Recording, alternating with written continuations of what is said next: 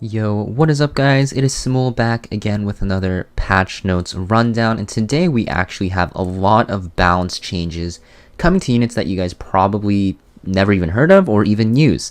Now I know for sure there's a lot of buffs that I'm excited for, and I hope that you guys are excited for them as well. There's a lot of unused units being changed and buffed, but there's also quote-unquote nerfs happening as well that Smilegate is trying to mask as a buff, as you'll see later on in this video. So that being said, yes, let's talk about the units and the artifacts getting changed, because we have some big artifact changes as well. So the first unit that is being buffed is an ML 5-star, and that is Faithless Lidica. So I'm really excited for this one because honestly, Faithless Lidica is used sometimes if you're a cleave player, and actually Faithless Lidica was my first ML 5-star unit, and the buff she's getting will make her a lot more usable, as you'll see, and I think she's one of the coolest designs in the game, or at least I did when I started playing the game, and I'm very happy to see her buffed. Next we have Holiday Yufine. So Holiday Yufine is argued as probably the worst limited unit in the game, and it's very nice to see her getting buffed because honestly there's no reason to ever use her. The only reason to use her honestly is as a Basar counter, and come on, you guys never see Basars anymore because he's just way too slow. Next we have Ervalen getting buffed. Now this is the unit that is quote unquote getting buffed, but it kind of seems like a nerf in some aspects as well, and we'll talk about that later. Senya is getting buffed as well. It's a very small buff, but you're going to see it will make her a little bit more playable, less RNG. And then we're going to have some PVE buffs as well for Great Chief Khwana, Rikoris, Yunryong, and Arowell as well. For the artifacts, we have Alencinox's Wrath, which is pretty much never used, getting buffed, and Double Edge Decrescent, which is also getting buffed, which is pretty much also never used. So a lot of unused units getting buffed and unused artifacts, so something to be very excited about. Hopefully they start to buff units more often, and I think these buffs are a good step in the right direction, because these buffs are not going to be anything over the top, as you're going to see, compared to some other balance patches we had where units just get all their skills buffed and are just extremely OP after, right? So yes, starting off, let's talk about Faithless Lidica. So Faithless Lidica, nothing much getting changed, just her S2 and her S3. Actually, this is a big change because before, her S2 would only dispel one buff, but now if you crit with her S2, you will dispel one additional buff, so 2 buffs. So very nice, because if you're running like a Fallen Cecilia with immunity set on your team, the Fallen Cecilia barrier can get stripped, and it's just really annoying because you can't actually use your S3 on the unit that you want sometimes. So this is a very, very nice buff. Obviously you have to crit actually, so you're gonna have to put her on a crit chance necklace, but most of the time if you have a Faithless Lidica built even before the balance patch, you would have her on max crit anyways, because her best friend was Challenger, or is Challenger Dominion, and you want to crit with Faithless Lidica to push up your Challenger Dominion, so your Challenger Dominion can actually push your team as well. So very, very cool. Keep in mind that this will not actually CR push yourself anymore. Actually, yeah, it will CR push you still, but it won't CR push your allies anymore. The ally CR push is now on your S3, and then it is getting buffed by 5%, and it will not matter if you're attacking less targets. So prior to her buffs, if you use her in Guild Wars, your team would only get a 15% CR push, but now you're going to get a 25% CR push to everyone, including herself. Before, it did not even push herself, so very, very nice change. I think this will make her a lot better now, and I think this is a great buff. It's nothing over the top, and I think this is pretty cool, because I think Faithless Lidica is a pretty cool unit, right? So yeah, next we have the limited unit getting buffed. So we have Holiday Yufine. So you're going to see that Holiday Yufine is actually going to do more damage now at the top here, and you're also going to see that she's going to get an evasion buff as well. So now instead of her having to be, at max HP to get more evasion, well, you still have to, but you're getting punished less for getting damaged, right? This was used to pretty much counter Basars and other openers, but still honestly not that great. Her S3 is getting changed. It won't give her greater attack buff anymore, which is great because her damage was pretty pitiful. You didn't really build her on damage anyways, and now you're going to give attack buff to all your allies, so she has some utility buffing your teams. This will make her able to support her team better, and she'll be more tankier and more RNG involved so she can survive. But honestly, nothing that will change too much for Holiday Yufine in my opinion, just because she is pretty hard to build. You need to have her perfectly speed tuned basically, and she also just gets countered by a lot of units. The fact that she has AoE on all her skills makes her pretty much impossible to use against units that have counters, and it's just really hard to use her in the current meta. And I think these buffs, although they will make her better for sure, obviously, I don't think she'll be that much different in the current meta. So here we go, Ervalen. So this one is very, very controversial, sorry, but you're gonna see that he's basically getting changed from a PvP unit to a PvE unit. They're basically making him into Baiken 2.0, where he'll actually S2 and then get an extra turn, and if you are attacking a boss or an elite monster, you'll get that extra turn. The damage is going up, cooldowns are going up, and you're also going to, instead of getting that counter-attacking stance, you're just going to get increased speed. So this is really weird. He's not really going to be ever used in PvP anymore, in my opinion, because he's pretty much a PvE unit. Literally in his skills it says when the target is an elite or boss monster, grants an extra turn, and that extra turn is very huge. Honestly, they should have probably not put that effect in there and just, you know, made it so that he gets an extra turn no matter what, so he's actually usable in PvP still. But this is just gonna make him a Baiken slave, or not a Baiken slave, Banshee slave. Baiken's like disciple, right? And they're also changing his UI, or not his UI, his AI. Holy, so many. I'm speaking so terribly right now, but changing his AI. So you're gonna see at the bottom here, his AI will be prioritized to the skill, Sword of Hatred first in auto. So that means he's going to use his S2 on the Banshee boss, and then S3 right after. So you get 2 turns, very, very similar to Baiken. So yeah, Banshee slave, unfortunate. Honestly, he had a lot of potential for PvP, and I've seen people use him actually sometimes, very little, but sometimes, and he looked pretty cool. But now you just can't use him, and people are asking for like a refund and like basically a selector for this, but you know, that's drama, so I'm not going to talk about that too much.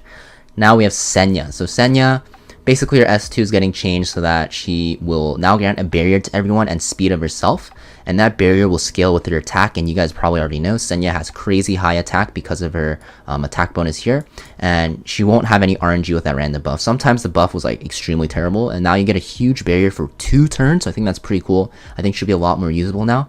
And you're also going to see that her S3 is changed to also have a chance to provoke, and she'll get that counter-attacking stance for 3 turns instead of 2 turns. I think this is a pretty good buff for her. I don't know if she'll be like extremely powerful, because you can literally just use Hwayoung and one-shot her, but you know, she seems pretty decent. I think if Hwayoung was not in this game, then she'd be pretty decent actually, like definitely above average for World Arena and stuff like that, and even Guild Wars. But since Hwayoung's there, it's really hard to use her unless you ban her out. But I think this is a good change for Senya. She seems like she'll be a lot more threatening, a lot more utility, and the provoke seems very powerful, although it's only for 1 turn. Next we have the Moonlight 4-star and Moonlight 3-star changes. So let's talk about Great Chief Khwana. Basically, they're making her attack stack faster. She's only really used in KDs right now, and this will just make her better in KDs. It'll speed up your runs very slightly. I don't think this will make her like the best unit in KDs or anything like that, but you know, even right now, she's a very good starter unit for KDs. So if you have her built already and are using her, she's just gonna be even better for KDs. She'll make your runs a little bit faster because she gets stronger a little bit more quicker. But yeah, this isn't gonna really change too much for her, but it is a nice change, I guess, for PvE.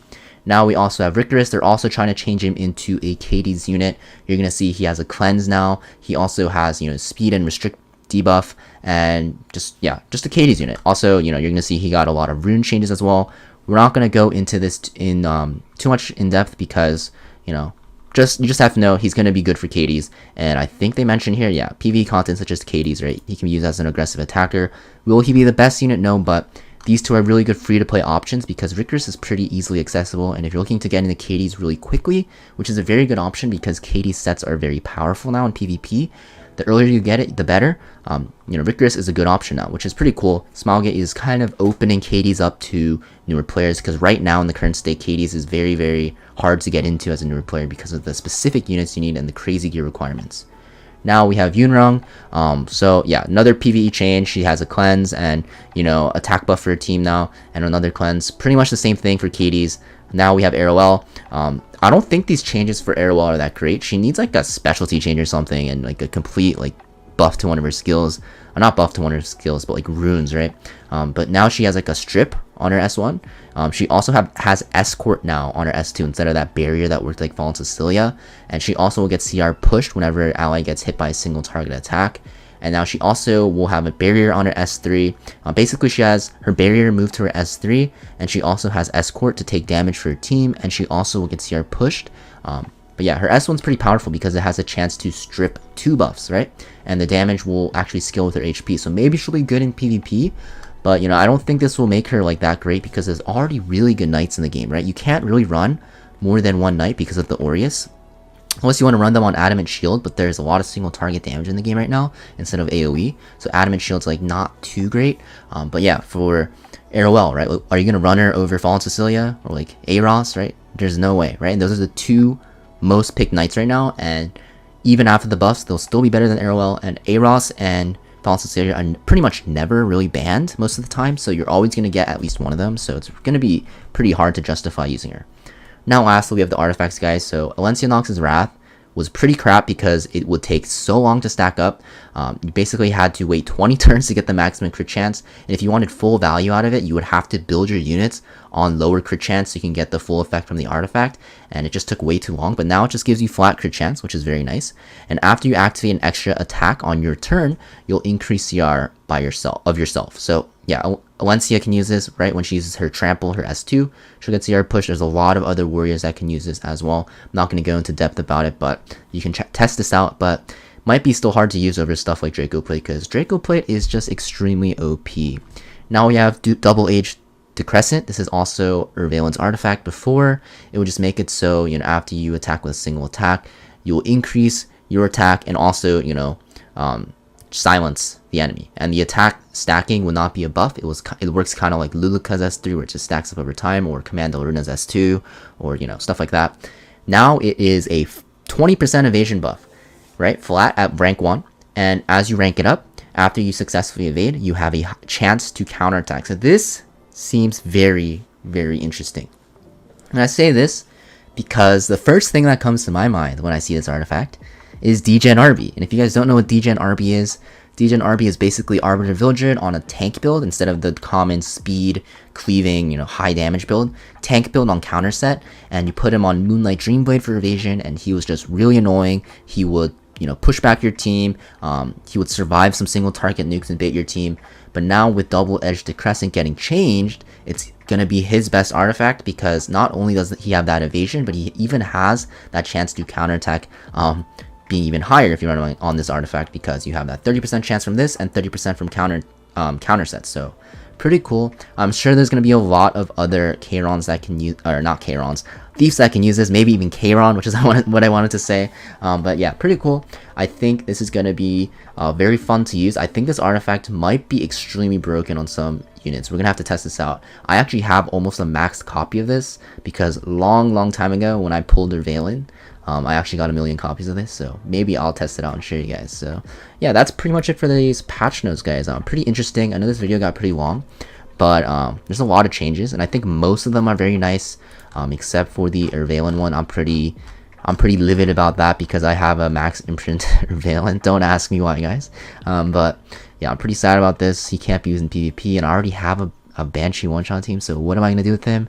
Guess I'm waiting for ML Ervalen, guys. Yeah, that's pretty much it for this video, guys. Hope you guys found this video helpful, and you know, I wish to see you guys in the next video. Make sure you guys hit that subscribe button if you guys aren't already subscribed, and I'll see you guys next video, and have a great weekend. Peace.